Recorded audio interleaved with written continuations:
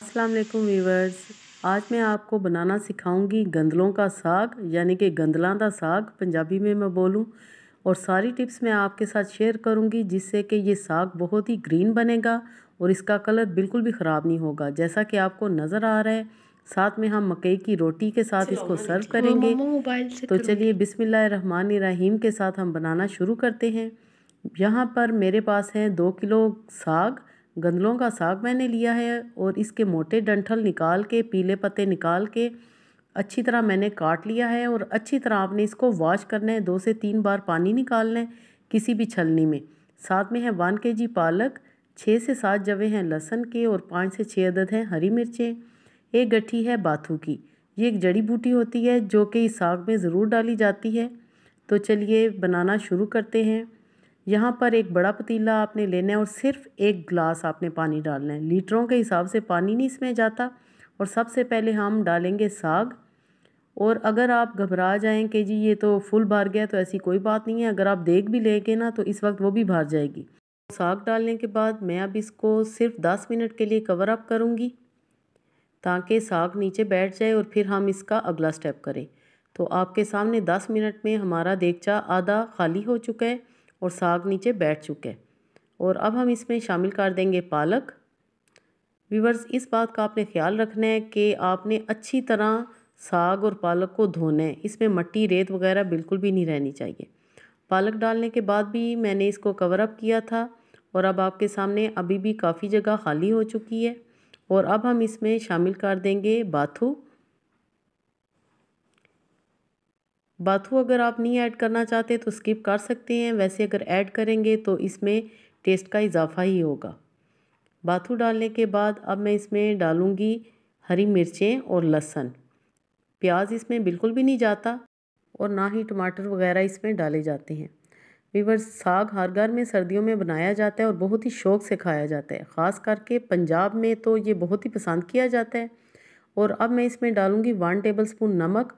आप अपने टेस्ट के अकॉर्डिंगली डाल लीजिएगा। साथ में 1 चम्मच भर की मैं इसमें डालूँगी कुटी लाल मिर्च। हाफ़ टी स्पून डालेंगे हल्दी पाउडर। और अब हम इसको मिक्स कर लेंगे अच्छी तरह। और आपके सामने आप देखें कि ये कितना पानी इसमें से निकल आया है, क्योंकि साग भी पानी छोड़ता है और पालक भी। तो इसलिए आपने सिर्फ 1 गिलास पानी का ही इस्तेमाल करना है। ज़्यादा पानी डालने से और ज़्यादा घंटों पकाने से साग का कलर ख़राब हो जाता है और उसकी ग़िज़ाइयत भी ख़त्म हो जाती है। और अब हम इसको कवर अप कर देंगे सिर्फ 20 मिनट के लिए। जी, तो 20 मिनट के बाद आपके सामने साग अच्छी तरह गल चुका है और आप ये देख रहे हैं कि पानी अभी तक इसमें अच्छा खासा मौजूद है। इसलिए आपने सिर्फ 1 गिलास ही पानी इसमें शामिल करना है। अब हम फ्लेम को ऑफ़ करेंगे और साग को थोड़ी देर ठंडा होने देंगे। देन मैं इसको चॉपर में चॉप राइस कर लूँगी। अगर आप घोटे से घोटा लगाना चाहते हैं तो वो भी आप कर सकते हैं, लेकिन ईज़ी मेथड यही है कि या ब्लेंडर जग में इसको ग्राइंड कर लें या चॉपर में कर लें। जी, तो साग ठंडा हो चुका है। मैं अब इसको चॉपर में अच्छी तरह चॉप कर लूँगी। इसी तरह हम सारा साग ग्राइंड कर लेंगे। बहुत इजी ये मेथड है और तकरीबन हर घर में ब्लेंडर जग और चॉपर मौजूद होता है, इसलिए आपको घोटा लगाने की ज़रूरत नहीं। अगर आपको शौक़ है तो आप लगा सकते हैं। तो जी, सारा साग हमने ग्राइंड कर लिया और उसी देगचे में मैंने इसे दोबारा पलट के फ्लेम ऑन कर दी है। और आपके सामने अच्छी तरह साग हमारा ग्राइंड हो चुका है। अब हमने करना ये है कि इसमें हम डालेंगे 6 टेबलस्पून मकई का आटा। वीवर्स, मकई का आटा मेरी रिकमेंडेशन पे आप ज़रूर डालें, क्योंकि मकई के आटे से टेस्ट बहुत ही अच्छा आता है। और जो साग का हमें टेस्ट चाहिए होता है ना, वो मकई के आटे से आता है, ना कि नॉर्मल आटे से। अगर आपके पास नहीं अवेलेबल तो फिर आप नॉर्मल आटा, चक्की का आटा डाल सकते हैं।